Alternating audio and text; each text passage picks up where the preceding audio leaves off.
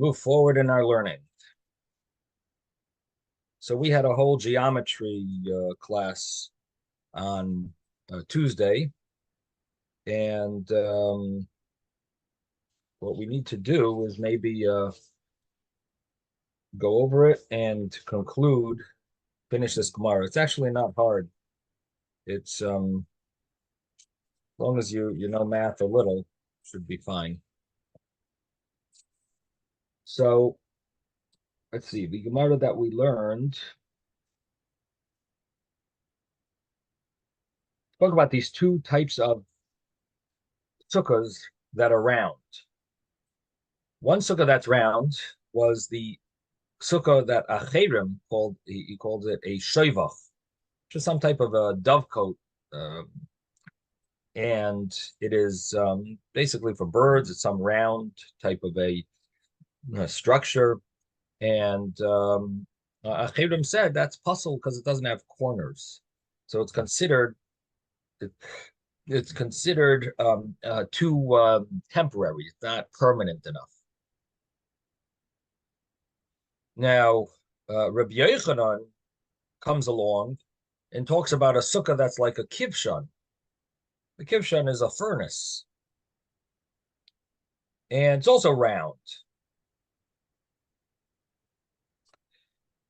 And seemingly, at least on a simple level, you could say, well, he just disagrees with Acherim. He argues and says round is no problem.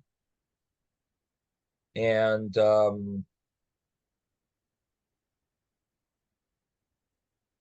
Rabbi Yochanan says, yeah, you can have a round sukkah, but it does need a certain measurement. What's the measurement?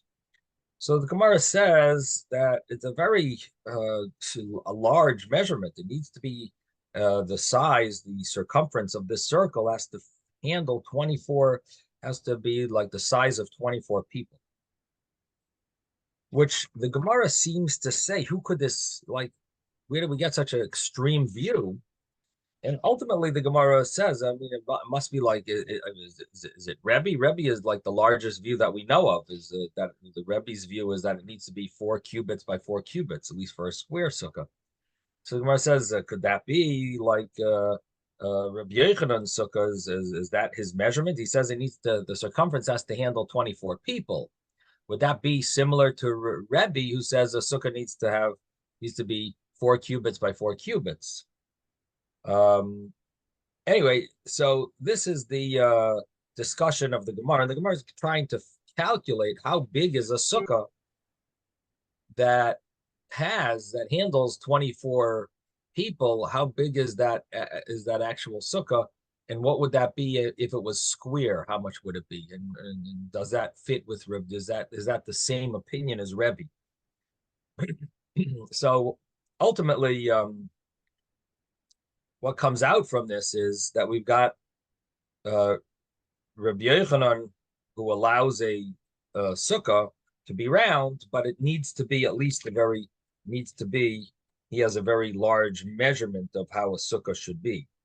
Now, there are those that want to explain different than Rashi, and they want to say that in this scenario, if it's very large, even Acherim would agree that such a sukkah would be kosher. Acherim sukkah that's not kosher is that that it doesn't have corners and it's just round, is because it's small and it doesn't have corners. But if it would be very large, so the fact that it doesn't have corners doesn't make it less permanent. It's a very large sukkah. So could be that's why Acherim used the word shayvach, dovecote, and Rabbi Yochanan uses the word kivshan, because Rabbi Yochanan is talking about a very large sukkah. And a very large sukkah, and of course, Rabbi Yochanan says it has to be a certain measurement for his minimum size of a sukkah. But the fact is, a kivshan sukkah is going to be much larger than a shoivach, and that's by a shoivach is where Acherim had a problem. But because the dovecote is very narrow, it's much narrower than 24, than the size of 24 people. But Rabbi Yochanan's case, no one would argue with, because it's dealing with a much larger sukkah. And the other commentaries also want to mention other differences. But others in commentaries also mention Rashi is, that they follow Rashi, that there's no difference. And basically, round, according to Acherim, is not kosher. And Rabbi Yochanan holds this round sukkah is fine. He argues. Okay, so the bottom line is we're here with this measurement of 24 people, and I'm going to start the Gemara again.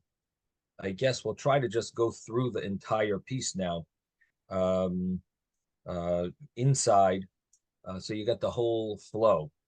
So the Gemara that we're going to start with is on the bottom of page Zion Amud Base 7b.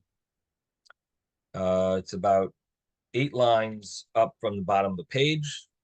Amar Rabbi Yochanan. Amar Rabbi Yochanan. If you have an art scroll, again, we're on 7b. And Amar Rabbi Yochanan 7b3, the second paragraph.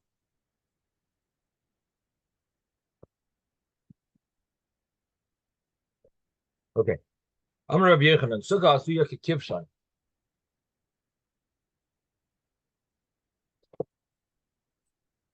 A sukkah that is made like a furnace, the round. If it has the ability, it has the size that 24 people could sit down on the circumference of this circle. Keshedra, it is kosher. V'im lav, and if not, it's not that large. Then psula, it is invalid. Come on, who does this go like? Rebbe? Does this go like Rebbe? Because Rebbe is the opinion that holds the most largest measurement that we're aware of. And does this go like Rebbe? That he says, Kol Sukkah, She'in ba arba amis al arba amis, Pesula, that he says a sukkah that doesn't have dalet al dalet, 4 cubits by 4 cubits, is invalid. Does this go like him? And would this measurement of 24 people on a circumference of a circle be the same as the 4 cubits by 4 cubits? So Gemara says, Michti, let's see. Gavra biyamsa Yosef, a person sits, it takes up space when he sits of an amma. Gavra biyamsa Yosef, a person sits the size of an amma, size of a cubit.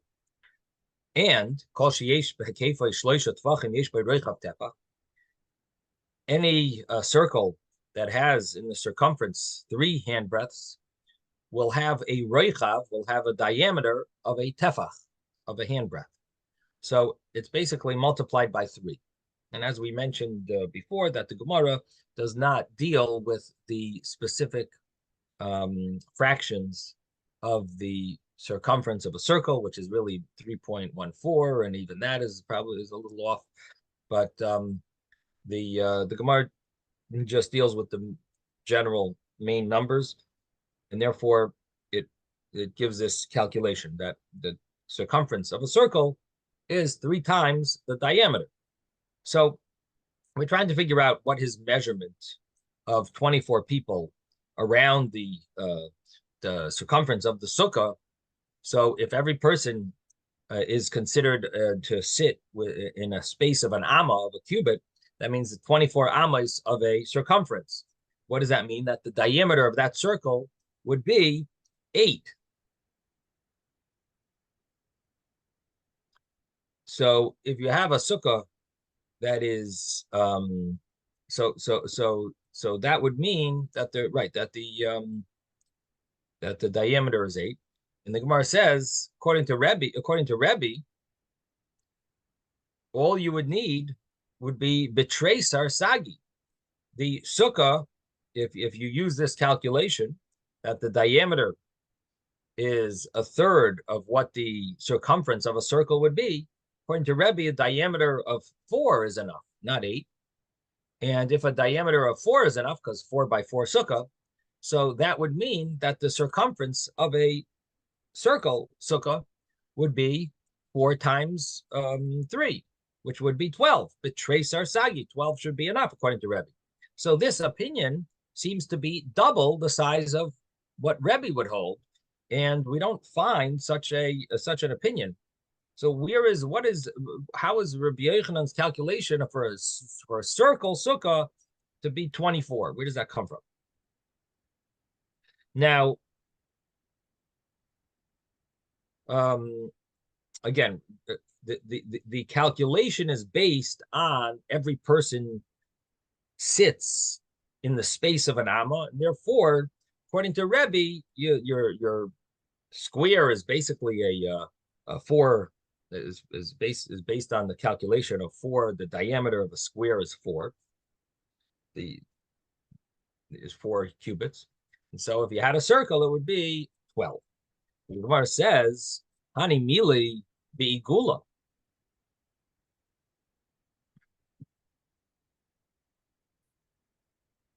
This circumference calculation is regarding a circle. Aval beribua boitve. When you deal with a square, that calculation is off. So, according to Rebbe, you have a square. The circumference of the square is not 12. We're basing this opinion on Rebbe. The circumference of a square, and that's what Rebbe is talking about, a square. That circumference would need more than 12. If you calculate the circumference of the square, not circumference, excuse me, the perimeter of the square, it would be more than 12. There's 4 sides.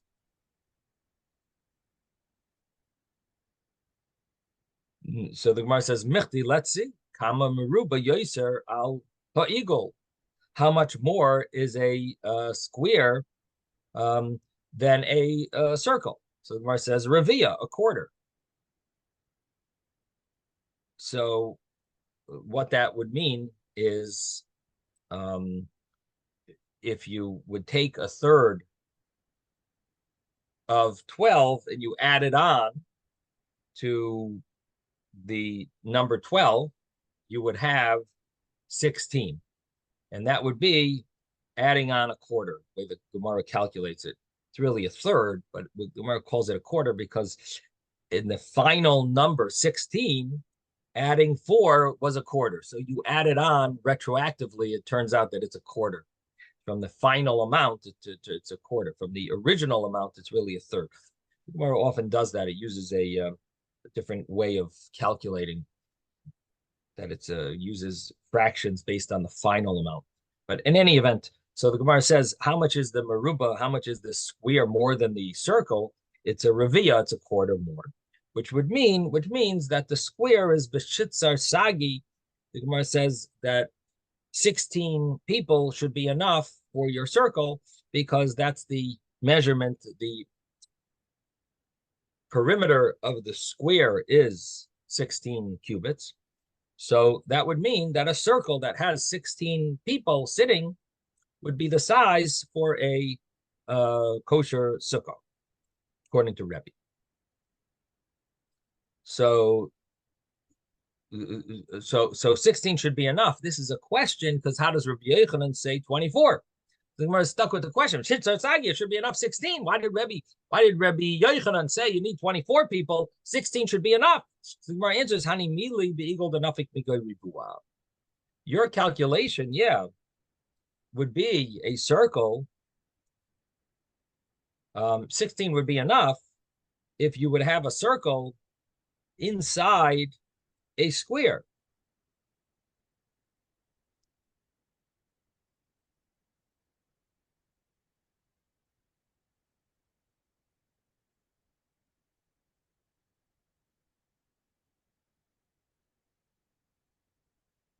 The eagle, the nafik, migoy ribua. That would be a good. That would be good.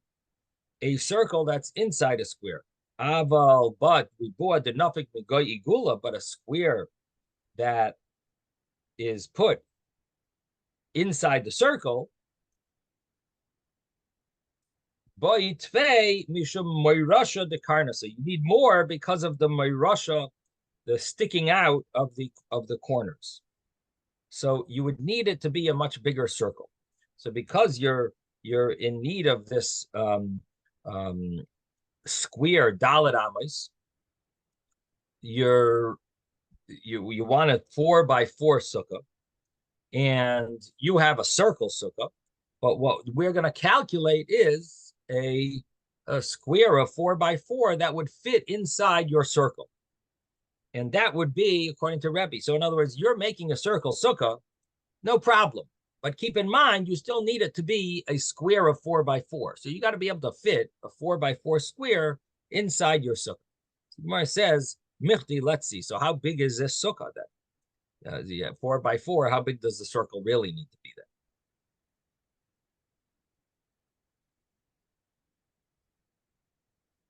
So the Gemara says, Kol amsa beribua amsa utrei chumshi balachsoina. Every amma beribua of a square, in other words, every square that's an amma by an amma, so the hypotenuse is 1.4, which is the same as saying 1 2/5, 1 4/10, or 1 2/5. So the Gemara says every square amma by amma has a hypotenuse, and alachsoina is the term for hypotenuse. That is 1 2/5, or one, we're going to call it 1.4. And if you calculate that, so what we're seeing over here is that you have a square, then you have a circle surrounding the square, touching the corners. It's right around the square. There's a square, and then you have a circle right around it. So it's touching the corners. So how do you find out, if you know the size of the square, could you figure out the circumference of the circle? So you could, because if you take a diagonal from one corner to the other, that diagonal is exactly the diameter of the circle. In other words, you're taking from corner to corner, and that's called the hypotenuse of the square, but it's also called the diameter of the circle. It's the same exact thing because it's going through the largest point of the circle. So that hypotenuse, if it's 4 cubits by 4 cubits square, the hypotenuse is 4 cubits times 1.4, which equals 5.6. So that hypotenuse is the diameter of the circle. So you have a 5.6 cubit diameter of the circle. And if you want to know the circumference of the circle, you just multiply that by 3. So 5.6 multiplied by 3 equals whatever that was. 5.6 times 3 equals 16.8. So 16.8, the Gemara's term for that would be 16 and 17 minus a fifth. Yeah, what was that? 16 and 4/5, which the Gemara's term is 17 minus a fifth. So 16.8 in fractions is 16 and 8/10, which would be in 4/5, 16 and 4/5. So the Gemara's term is 17 minus a fifth. It's the same as saying 16 and 4/5, which is 16.8, which is the circumference of this circle, which is surrounding a 4x4 square. So it says, again, we're trying to figure out the amount of people that would need to sit in this circle to make it a kosher sukkah, to be able to handle 4 cubits by 4 cubits square inside the circle. So the Gemara says, if you have this circle surrounding a square, how much should the circle? How much of a circumference should the circle really be? The shivser nake chumshi sagya, as Ezra just mentioned, with 16 and 4/5, or 17 minus a fifth would be enough. Sagya, it's enough for it to be, which would mean how many people would need to sit on that circumference of the circle? Not 24 people, 16 and 4/5, or you could just say 17 people. Right, 17 people, not 24 people. So shivzer naki chumshi sagya. So the Gemara answers loidak. Okay, the Gemara the Rabbi Yochanan wasn't so exact, And he gave a calculation of 24 people, but really the calculation would be 16.8, 16 and 4/5. Someone says that's a very big discrepancy. I understand if you leave out a fraction, but to leave out so many numbers. So the Gemara says, Ema darina loydok, porta. I would say that you could say he wasn't so exact if it's a small amount. But tuva, mi amrina loydok, for a large amount like that, would you say he wasn't so exact in his calculation?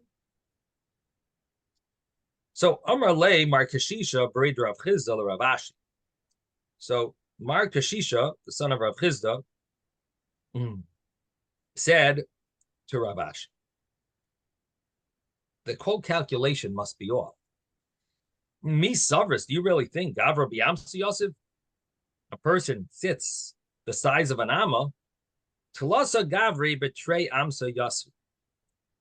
3 people sit in 2 Ammas, which means that every person takes up 2/3 of a cubit, not a full cubit, 2/3 of a cubit.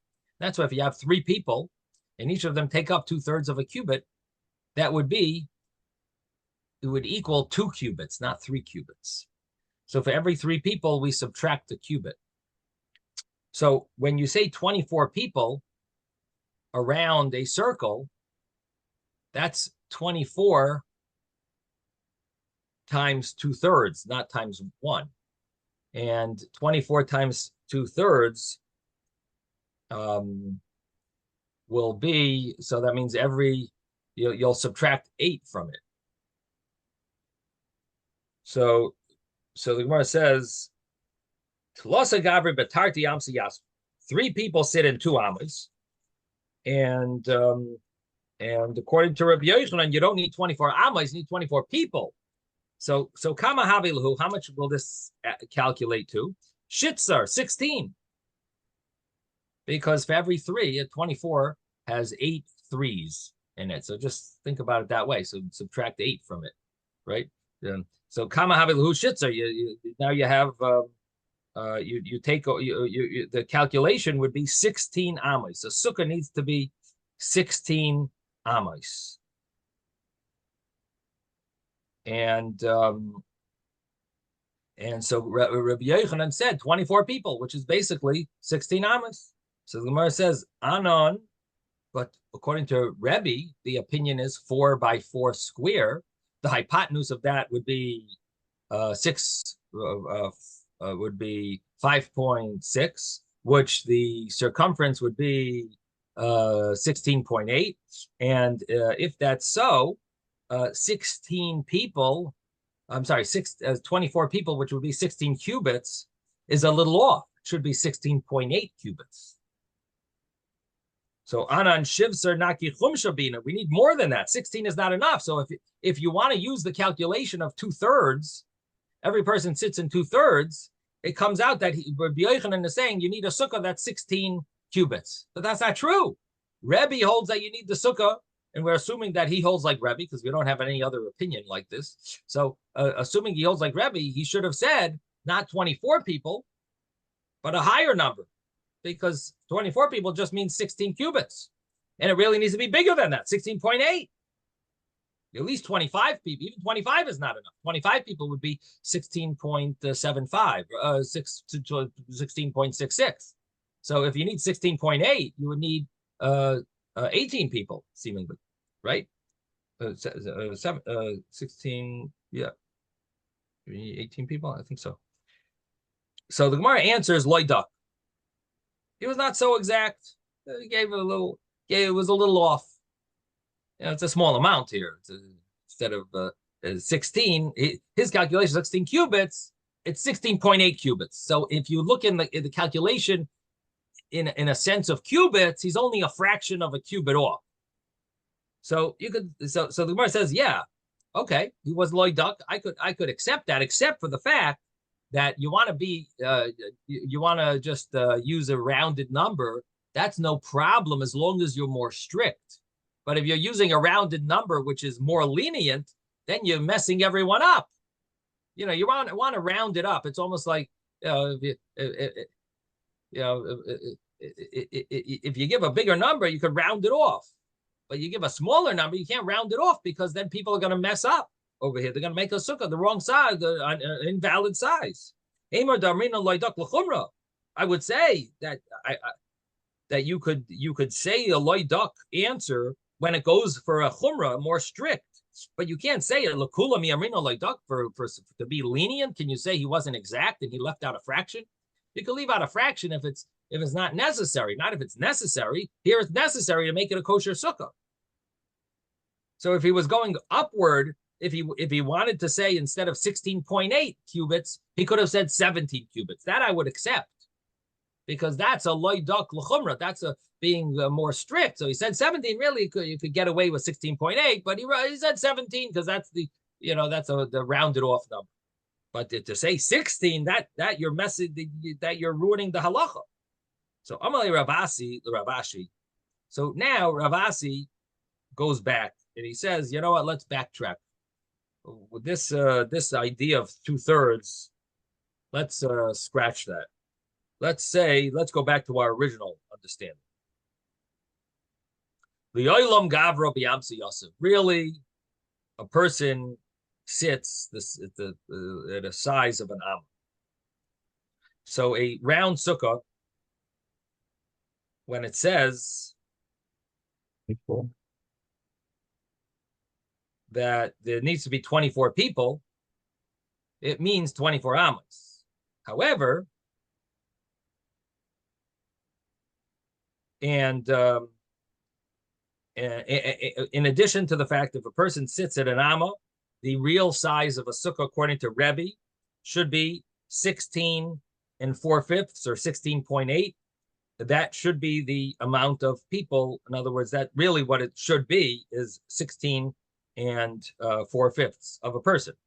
Rabbi Yochanan makam gavri like hachoshev, but Rabbi Yochanan was not counting the space that the people are sitting in. It's a sukkah that the 24 people are surrounding.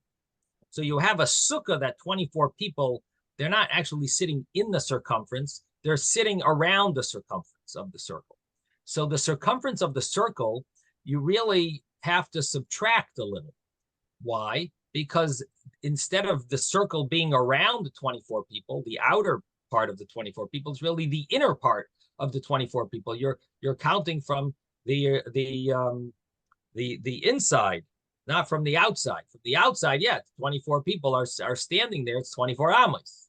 But in the inner circle, you just you subtract a lot. So what is the easiest way to calculate this? Well, the easiest way to calculate it is the original diameter of this circle was 8, right? Every person is standing in an amma. That's 24 circumference. That's the circumference of the circle.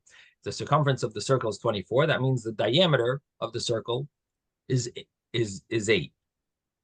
Now, that diameter was based on counting the two people. If you're doing a diameter, you're going from one end of the circle straight to the other end. You're counting the two people that are standing there. Now, we're saying, guess what? Don't count those people. We're starting from after the first person and go to the other end of the circle. Now, if a person stands on an amma, so when you do the diameter, you actually subtract one person from one end of the circle and the other person that's standing at the other end of the circle, because you're doing a diameter from one end to the other end, and you don't count the people in it. So now you have an amma less on each side. So instead of a diameter being 8, the diameter now is 6. So think about a sukkah that's a diameter of 6. A round sukkah, it's a diameter of 6. How much is the circumference of that circle? Circumference is 18. 6 times 3 is 18. So havu kama havu Tamani 3. So now how much is this circle that 24 people surround? How much is the circle that 24 people get? A person is an amma by an amma. So if you're subtracting a person on each side, so now you have, instead of a diameter of 8, you have a diameter of 6. And that diameter of 6, the sukkah, if you make a circle around the inside inside of that people circle of 24 people, the circle inside the 24 people circle will be an 18 cubit circumference. So how much is that? It's 18 cubits. So the Gemara says, okay, and how much really does Rebbe hold? How much do you really need? Not 18. You don't need 18 cubits. You really need 16.8. Beshivser naki chumsha sagya. Really, 17 minus a fifth, 16.8 is enough. So why did Rebbe Yochanan say you need 24 people and have a circle? Inside the circle would be 18 cubits. Really, 18 cubits is not being exact enough. Really, he should have said 16.8, or instead of 24 people, a lesser number. So, right. So the Gemara says, Hainu loidak. Here you could say it's loidak ulachumra loidak, and he was his being not being so exact is at least a chumrah. So the point is that he needed a calculation where he's going to have a circumference of 18, of at least 16.8. Now, a 16.8 circumference, seemingly, he didn't have to say 24 people. But he gave a clear number of people because here at least the diameter is exact number. He wanted the number of the diameter to be exact. And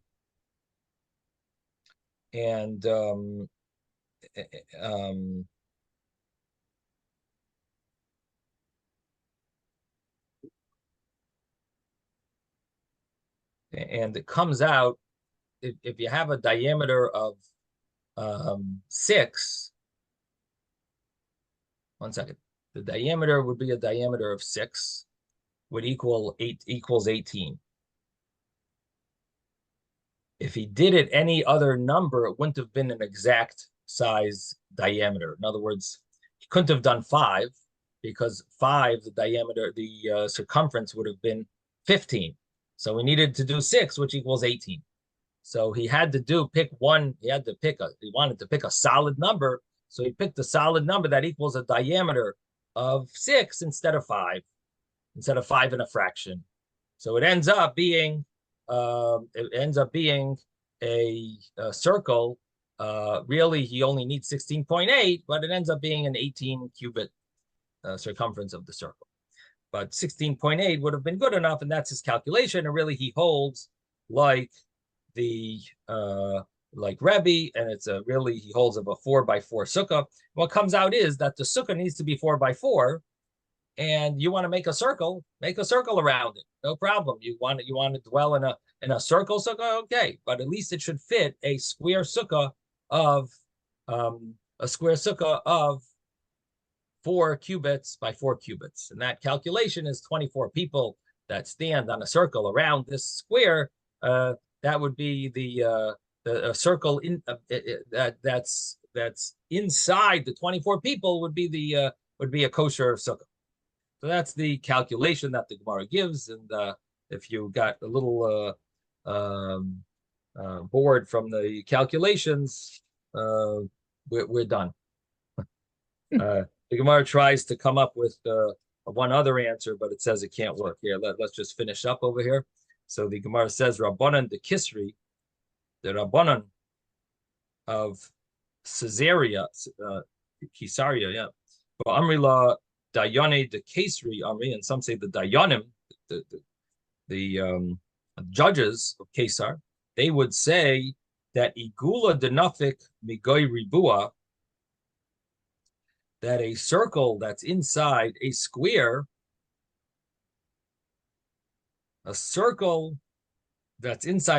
this is not so important for this Gemara, just giving us the full sentence of what these rabbis said. When you have a circle, it's inside a square, Riva, the it's going to be a quarter smaller than the square. And now comes the more important sentence, Ribua denafik megoi gula, but when you have a square that's inside a circle, so that is only going to be half the size, palga. That's going to be you add on or you subtract, I should say, for the square is 8 less than the circle. So if you have a circumference of a circle that's 24, and you want to put a square inside that circle, so subtract half of that. Subtract 16. No, let's do it the opposite way. Add half of if you have a square inside a circle, so you take half of that size of the square, which is 16 for a 4 by 4 square, 4 cubits by 4 cubit square is going to have a perimeter of 16. So you take half of that would be 8, and you'll get a circle that's around the square. And you take half of the 16 equals plus 8. 16 plus 8 is 24. So that's the calculation that the rabbis that they gave. The problem is that's not true. A circle around a square is not that much bigger. A circle around a square, the square was 16. How much was the circle around the square? What did we come up with? It's instead of 16, it's 16.8. It's a tiny amount more. If you measure the circumference of the circle and then the square, it's not going to be much difference. The square inside the circle, the square itself, what was the perimeter? It was 16. The circle that's around it is 16.8. So it's the circle that's around it is 16.8, right? Because we took the hypotenuse and multiplied it by 3. So it comes out that their calculation is way off. They want to say you need 24, and that's how they understood this, and it's not true. The Gemara says v'loihi, and it's not true. It's not correct. They made a wrong calculation. We see in practice, it's in facts. It's just not so. So that measurement of the rabbis of Caesarea is wrong. Now, so what exactly were they talking about? So the commentaries all try to figure out what could they have been saying. They must have meant something else or different halachas. But basically the Gemara says that they obviously didn't.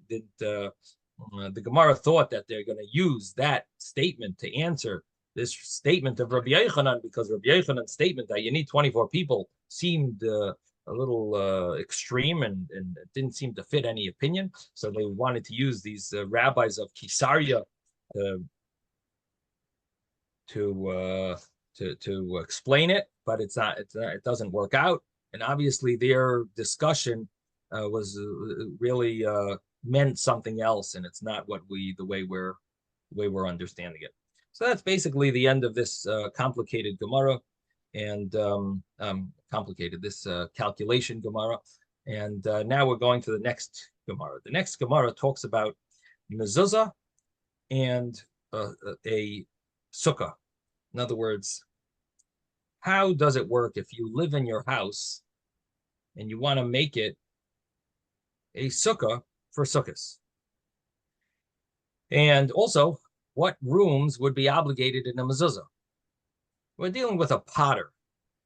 And the potter, in those days, they wanted to have an easy life where they had their store right connected to their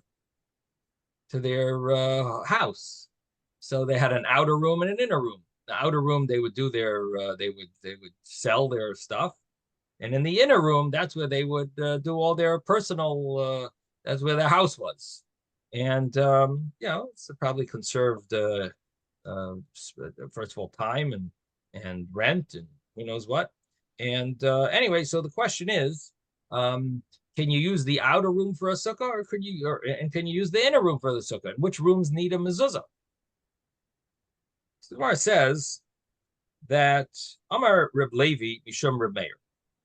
Reb Levi says in the name of Reb Meir. Sukkah and mezuzah are two different things.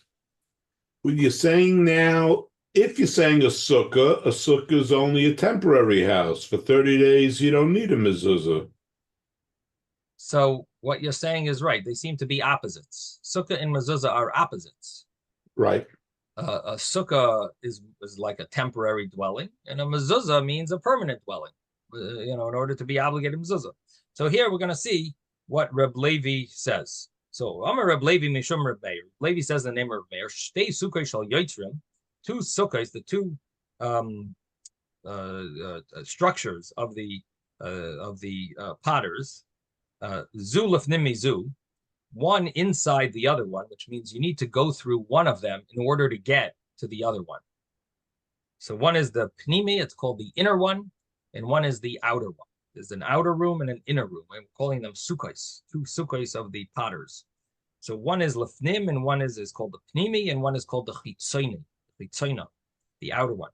So the Gemara says, pnimius eino sukkah. The pnimius, the inner one, is not considered a sukkah if you dwell in it. Why?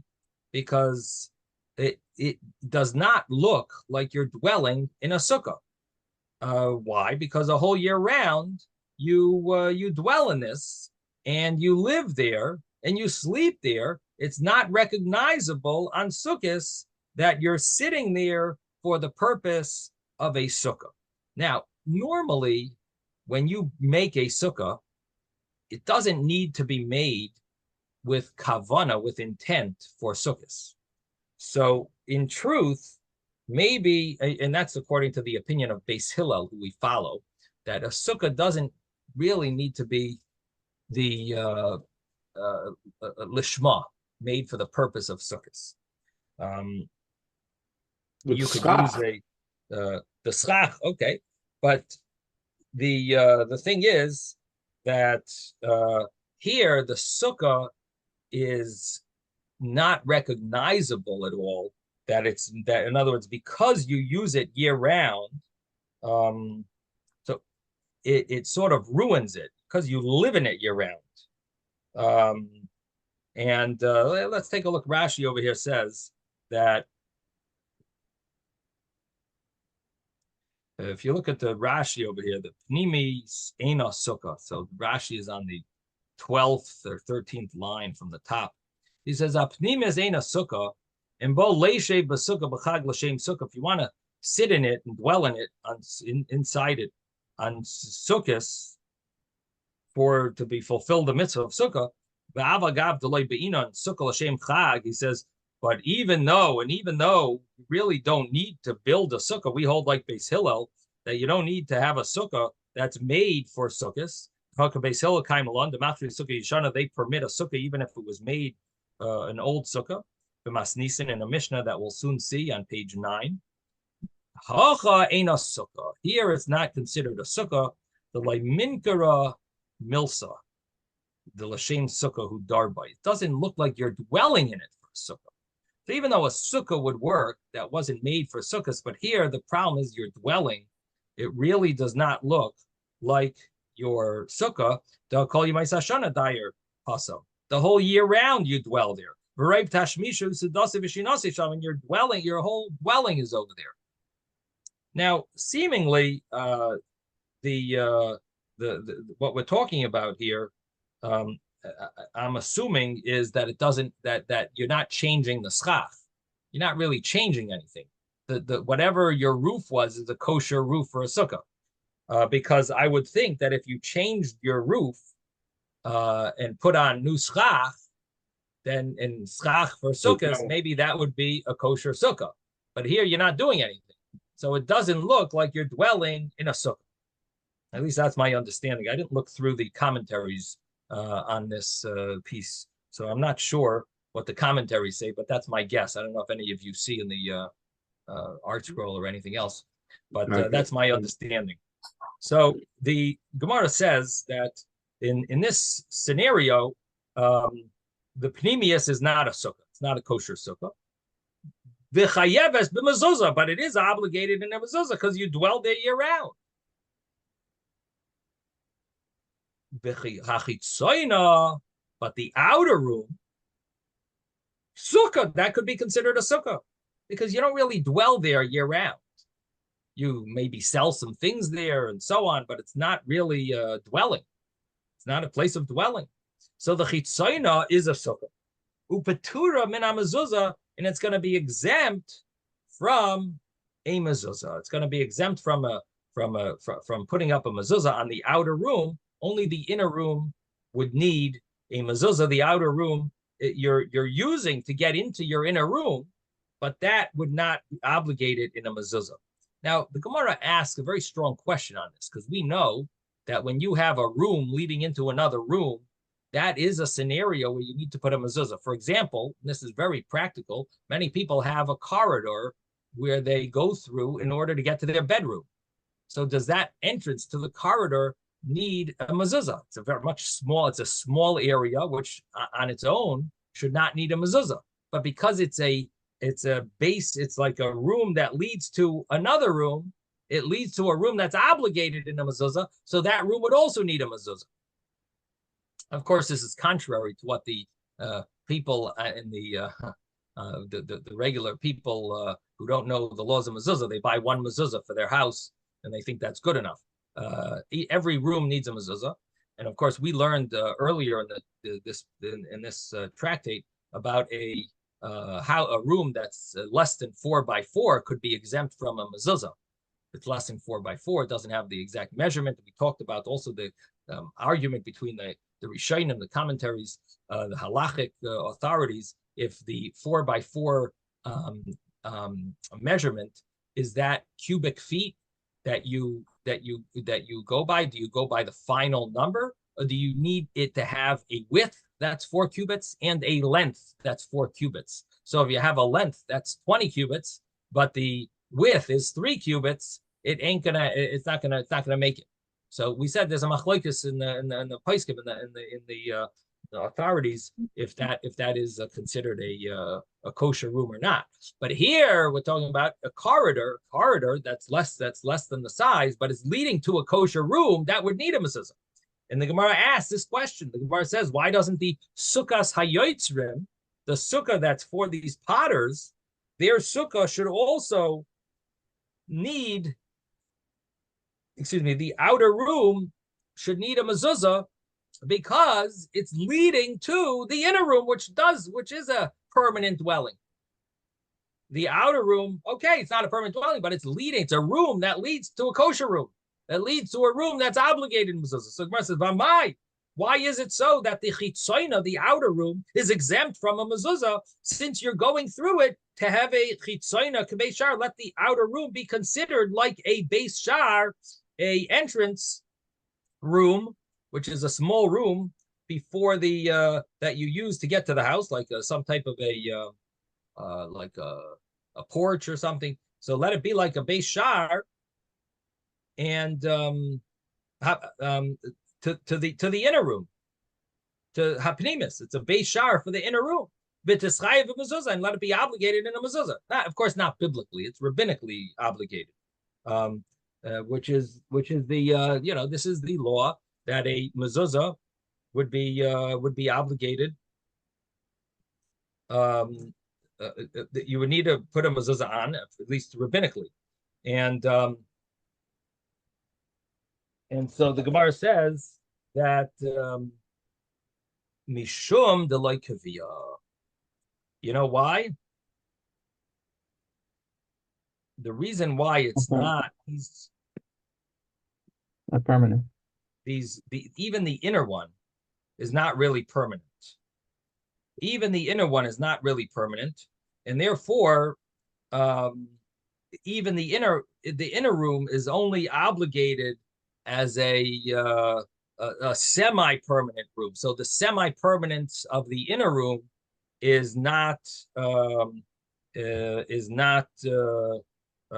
considered enough to obligate a porch that leads to it to be obligated in a mezuzah. See, so So what comes out is, well, it seems like from this answer that the potter doesn't actually always live in it. He sometimes lives in it, which sounds like he really does have his own house. So my calculation of him was not exactly correct, where he lives in the inner, he's conserving money. It sounds like he has another house also. He often lives in this, or sometimes lives in it, and because of that, it's considered obligated in the mezuzah. But because he doesn't always dwell in it, therefore, it actually is not considered a a room that would obligate a beis shar to need a mezuzah. Would not obligate a porch leading up to it to need a mezuzah, because it has an element of temporary nature to it, and therefore he would be obligated in a mezuzah for itself. It has enough permanence to obligate it in a mezuzah, but not enough to obligate a beis shar for it, because it's like kaviyah. It's not 100% kavua, permanence. Rashi says, "Mishum deloy kaviyah, v'loizu v'loizu davar kavua." Neither of them are really permanent, and therefore, ve'ein hapnimis chashuva, the inner one is not enough important liyos la beis shar, that it would have a room opening up to it to be obligated in a mezuzah. So that's basically the Gemara here about the fact that the outer one is really not a dwelling place for him, and therefore it would be exempt from a mezuzah. And even though it's leading up to the inner one, but the inner one is also not so kavua, not so permanent, and therefore regarding laws of mezuzah, the inner one wouldn't be the inner one would be obligated, but the outer one would not be obligated. And regarding laws of sukkah, the outer room could be used as a sukkah, but the inner room would have this problem, which is interesting, that it meant that it has a problem, even though a sukkah doesn't really need to be built for sukkahs.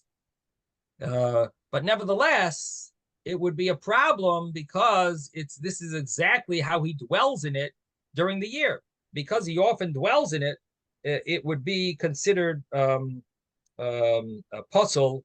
It would be considered puzzle invalid for a sukkah. So that's the